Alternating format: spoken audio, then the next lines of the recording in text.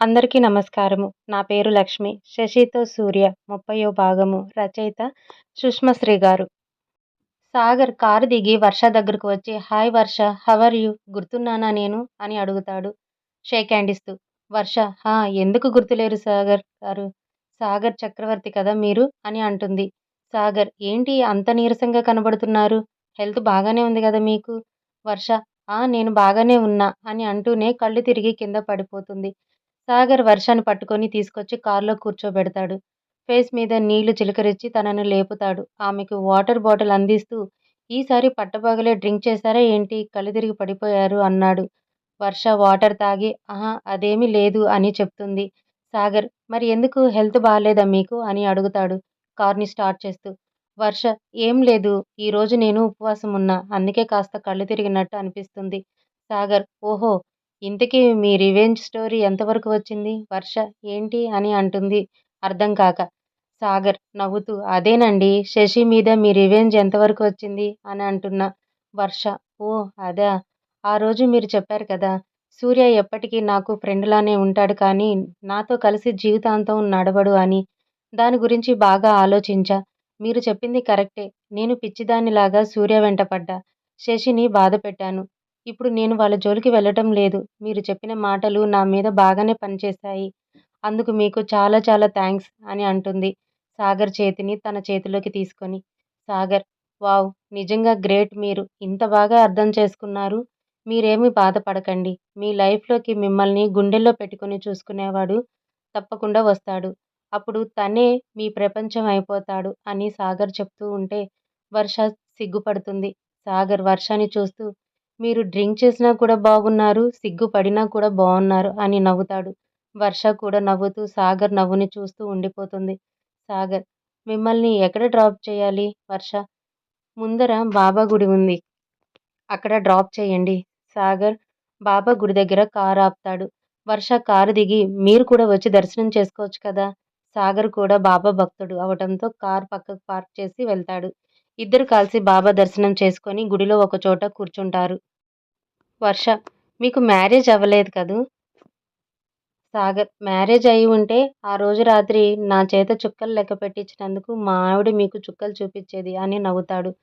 వర్ష కూడా నవ్వుతుంది. సారీ అండి. ఆ రోజు మిమ్మల్ని చాలా ఇబ్బంది పెట్టినాను. సాగర్, ఇట్స్ ఓకే అండి వర్ష. మరి మీకు ఎలాంటి అమ్మాయి కావాలి? సాగర్, ఏముందండి, నన్ను నన్నుగా ఇష్టపడాలి. నాతో కలిసి లైఫ్ లాంగ్ ట్రావెల్ చేయాలి. మధ్యలో వదిలేసి వెళ్ళకూడదు అని చెప్తాడు వాళ్ళ నాన్నని గుర్తు చేసుకుంటూ. వర్ష, అదేండి, ఒక్కసారి ఇష్టపడి చెయ్యి అందుకున్నాక మధ్యలో ఎందుకు వదిలేస్తారు ఎవరైనా? సాగర్, ఎందుకు వదిలేయరండి? అలాంటి వాళ్ళు ఇప్పుడు సమాజంలో ఎక్కువైపోయారు. కనీసం పుట్టిన పిల్లల భవిష్యత్తు గురించి కూడా ఆలోచించరు. పిల్లలకి తల్లిదండ్రి ప్రేమ, ఇద్దరి ప్రేమ కావాలి కదా. ఏ ఒక్కరూ లేకపోయినా అది జీవితాంతం అసంపూర్ణంగానే ఉంటుంది. ఆ బాధ పోయే వరకు మనసుని తొలుస్తూనే ఉంటుంది అని చెప్పాడు బాధగా. సాగర్ చెప్తుంటే వర్షకి సాగర్ కళ్ళల్లో తడి కనపడుతుంది. ఆమె ఆ టాపిక్‌ని ఇంకా ఎక్కువ సాగదీయటం ఇష్టం లేక, మీకు ఓకే అయితే నా దగ్గర ఒక మంచి సంబంధం ఉంది. మాట్లాడినా అంటాడా? అని అడుగుతుంది. సాగర్, మీకు మ్యారేజ్ బ్యూరో ఏమన్నా ఉందా అండి? వర్ష, అహా, అదేం లేదండి, తెలిసిన వాళ్ళు అంతే. సాగర్ కాసేపు ఆలోచిచ్చి, అమ్మాయి డ్రింక్ చేసే అమ్మాయి అయితే వద్దండి బాబు. నేను ప్రతి రాత్రి చుక్కలు లెక్క పెట్టుకోలేను అని అంటాడు నవ్వుతూ. వర్ష కూడా సాగర్ మాటలకి నవ్వుతూ, అప్పుడే సాగర్‌కి ఒక కాలొస్తుంది. పక్కకు వెళ్ళి మాట్లాడతాడు. వెంటనే వర్ష సంగతి మర్చిపోయి బయటకి వెళ్ళిపోతూ ఉంటాడు. వర్ష సాగర్‌ని గమనించి తను కూడా పరిగెత్తుకుంటూ వెళ్తుంది. సాగర్ కార్ స్టార్ట్ చేయబోతుంటే వర్ష కూడా వెళ్ళి కార్‌లో కూర్చుంటుంది. సాగర్ కార్‌ని స్పీడ్‌గా డ్రైవ్ చేస్తూ ఉంటాడు. వర్ష సాగర్ టెన్షన్‌గా ఉండటం గమనించి సైలెంట్‌గా ఉండిపోతుంది. సాగర్‌కి పక్కనే వర్ష ఉందన్న స్పృహ లేకుండా పోతుంది. సూర్య, రాధమ్మ స్పైసీలను తీసుకొని ఇంటికి వెళ్ళేటప్పటికి మల్లి తాత ఇల్లు మొత్తం క్లీన్ చేసి ఉంచుతాడు. సూర్య స్పైసీని మల్లి తాతకి అప్పగించి రాధమ్మని రూమ్‌లో పడుకోబెట్టి రెస్ట్ తీసుకోమని చెప్పి తాను శశి రూమ్‌లోకి వెళ్తాడు. శశి ప్లే చేసే వయలిన్‌ని తీసుకొని, ఎక్కడున్నావు హనీబీ, ఎలా ఉన్నావు? నువ్వు రాకముందు నిశ్శబ్దమే నా జీవితంలో భాగమయ్యింది కానీ నువ్వొచ్చి ఆ నిశ్శబ్దాన్ని కూడా పండుగలా మార్చేశావు. మళ్ళీ అదే నిశ్శబ్దం, అదే ఒంటరితనం. దీన్ని క్షణం కూడా భరించాలంటే కష్టంగా ఉందిరా. ఎలా నిన్ను చేరుకోవాలి అని శశిని తలుచుకుంటూ కన్నీళ్లు పెట్టుకుంటాడు. తప్పు నాదే. నేను నిన్ను వదిలి వెళ్ళి ఉండాల్సింది కాదు. సారీరా అనుకుంటూ తనలో తానే బాధపడుతూ కూర్చుండిపోతాడు.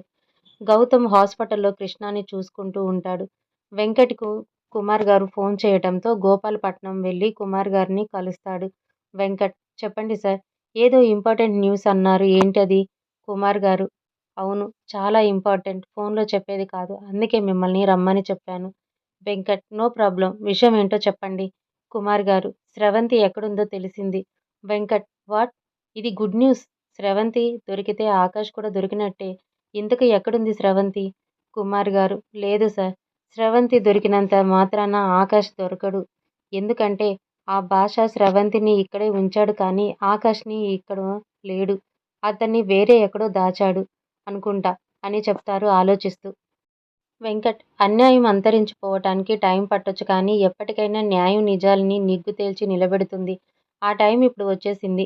ఇంకాస్త ఓపిక పట్టాలి అంతే. ఎలాగైనా స్రవంతి గురించి మనకు తెలిసినట్లు ఆకాష్ గురించి కూడా ఏదైనా ఇన్ఫర్మేషన్ తెలుస్తుందేమో కుమార్ గారు. ఆకాష్ని తలుచుకుంటూ బాధగా ఒక నిట్టూర్పు వదిలి సార్ నేను స్రవంతి ఎక్కడుందో మీకు చెప్పగలను కానీ డైరెక్ట్గా మీకు హెల్ప్ చేయలేను. నేను ఆల్రెడీ వాడి చేతిలో చావు అంచుల దాకా వెళ్ళొచ్చాను. నాకు నా ఫ్యామిలీ సేఫ్టీ చాలా ఇంపార్టెంట్. మీరు ఎలాగైనా స్రవంతిని కాపాడగలరనే నమ్మకం నాకుంది. అందుకే మీకు ఫోన్ చేశాను. సరే ఆకాష్ కుటుంబానికి న్యాయం జరిగి తీరాలి సార్. లేదంటే న్యాయం అన్న పదమే నామరూపాలు లేకుండా పోతుంది అని చెప్పి కాస్త గట్టిగా ఊపిరి తీసుకొని స్రవంతిని ఆకాష్ వర్క్ చేసిన గోడౌన్‌లోనే బంధించాడు. ఆకాష్ పీఏ రాంబ్రహ్మం స్టాకు ఇచ్చే పని మీద మా హాస్పిటల్‌కి వచ్చాడు. అప్పుడే మాటల మీద వచ్చి స్రవంతి మీ వాళ్ళ గోడౌన్‌లోనే ఉన్నట్లు చెప్పాడు. అది ఎంతవరకు కరెక్ట్ అనేది మీరే చూసుకోవాలి అని చెప్తాడు. వెంకట్ తప్పకుండా ఇన్ఫర్మేషన్ అయితే వచ్చింది కదా! అది నిజమా కాదా అనేది నేను తేలుస్తా అని చెప్పి కుమార్ గారికి థాంక్స్ చెప్పి అక్కడ నుండి వెళ్ళిపోయాడు. కుమార్ గారు స్రవంతిని ఎలాగైనా కాపాడమని ఆ దేవుడికి దండం పెట్టుకుంటారు. వెంకట్ ఆ ఏరియా సీఐ దగ్గరకు వెళ్లి విషయం చెప్పకుండా ఒక కిడ్నాప్ కేసు గురించి వచ్చా అని చెప్తాడు. వెంకట్ ఈ రాత్రికి తనని తీసుకురావాలి అని తన ప్లాన్ మొత్తం చెప్పి మన దగ్గర మంచి దొంగ ఎవరైనా ఉన్నారా అని అడుగుతాడు. సీఐ అదేంటి సార్ మనం పోలీసులం అయ్యుండి డైరెక్ట్‌గా వెళ్లి తీసుకురావచ్చు కదా! ఇలా దొంగతనంగా రాత్రిపూట వెళ్లి తీసుకురావాల్సిన అవసరం ఏంటి? అని అడుగుతాడు ఏమీ అర్థం కాక. వెంకట్ ఆ అమ్మాయి సాక్ష్యం. ఒక మెయిన్ కేస్‌లో నాకు చాలా అవసరం. పైగా ఆ అమ్మాయి హస్బెండ్‌ని కూడా వాళ్ళు కిడ్నాప్ చేశారు. ఆమె తమ వద్ద నుండి తప్పించుకొని పోలీసుల దగ్గర ఉందని తెలిస్తే వాళ్ళ గురించి బయటపడుతుందని తనని చంపేసే అవకాశం ఉంది. సో, తను ఎలా తప్పించుకుంది, ఎక్కడ ఉంది అనే విషయం వాళ్ళకి తెలియకుండానికి వీలు లేదు. అందుకే ఇప్పుడు మనం దొంగలం మార్చాల్సి ఉంటుంది.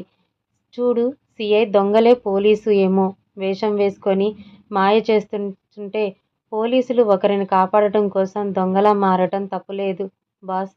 సీఐ మరి మనకి దొంగ ఎందుకు సార్? వెంకట్ దొంగ అయితే తాళాలు మనలా బద్దలు కొట్టకుండా తీస్తారు కదా! సీఐ నవ్వుతూ మీరన్నది నిజమే సార్. ఎంతైనా దొంగ దొంగే పోలీస్ పోలీసే. మన దగ్గర ఒక మంచి అమాయకమైన దొంగ ఒకడున్నాడు.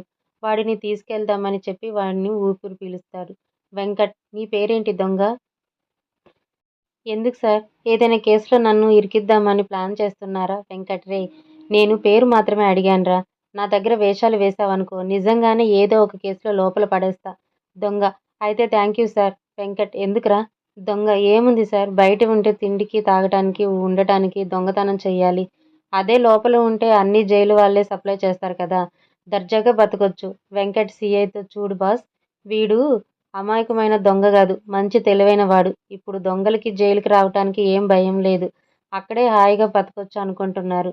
దొంగ సారీ ఇంతకి నన్ను పిలిచిన విషయం చెప్తారా? అవతల నా కస్టమరు వెయిట్ చేస్తున్నారు. సీఐ కస్టమర్లా? ఏంట్రా? దొంగ సార్ నేను దోచుకోవాలి కదా! ఆ కస్టమర్లు అని చెప్తాడు ఒక రేంజ్‌లో. వెంకట్ తల పట్టుకొని రేయ్! నీ పేరు నాకెందుకులే గానీ ఈరోజు రాత్రికి మనం ఒక చోట దొంగతనానికి వెళ్తున్నాం. రెడీగా ఉండు అని చెప్తాడు. దొంగ కళ్ళు నోరు తెరుచుకొని ఏంటి సార్? పోలీసులు కూడా దొంగలుగా మారితే మాలాంటి వాళ్ళు బతికేదెలా?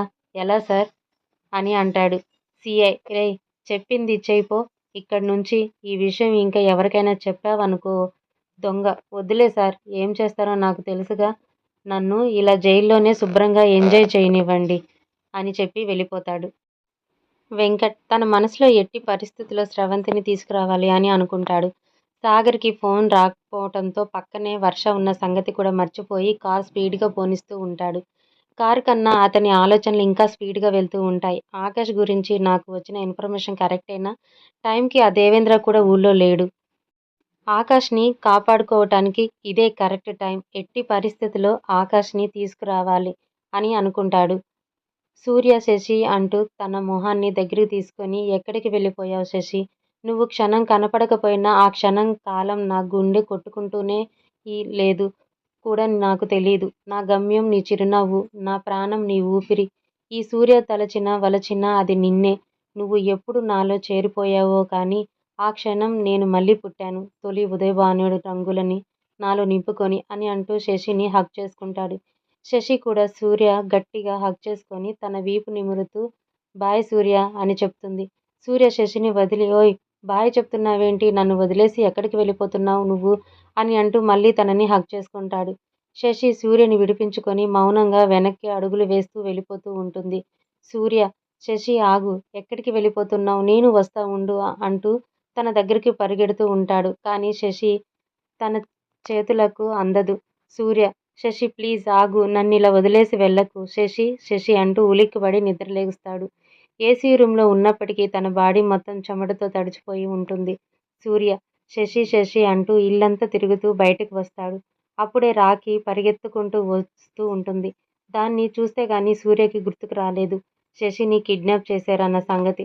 దాంతో బాధగా అలాగే నుంచుండిపోతాడు. రాఖీ సూర్య దగ్గరకు వచ్చి అరుస్తూ ఉంటుంది. సూర్య కాస్త తేరుకొని రాఖీ దగ్గరకు వెళ్ళి రేయ్ ఏమైపోయావు అని అంటూ దాని కాలికి తగిలిన దెబ్బ చూస్తాడు. కంగారు పడుతూ రాఖీ ఏంట్రా ఇది, ఇంత పెద్ద దెబ్బ తగిలింది, బ్లడ్ కూడా వస్తుంది, ఇంకా పదరా హాస్పిటల్కి వెళ్దామంటూ రాఖీని తీసుకువెళ్ళటానికి ట్రై చేస్తాడు. కానీ అది సూర్య ప్యాంటు పట్టుకొని లాగుతూ ఉంటుంది. సూర్య ఏంట్రా ఎక్కడికి అని అంటూ దాని వెనకే వెళ్తాడు. అది ఎక్కడ ఆరబెట్టిన శశి చున్నీని పట్టుకొని లాగుతూ ఉంటుంది. సూర్య ఇది శశిది కదా అంటే శశి ఎక్కడుందో నీకు తెలుసా రాఖీ? తెలుసన్నట్లుగా తల ఊపుతుంది. సూర్య వెంటనే వెళ్ళి కార్ స్టార్ట్ చేస్తాడు.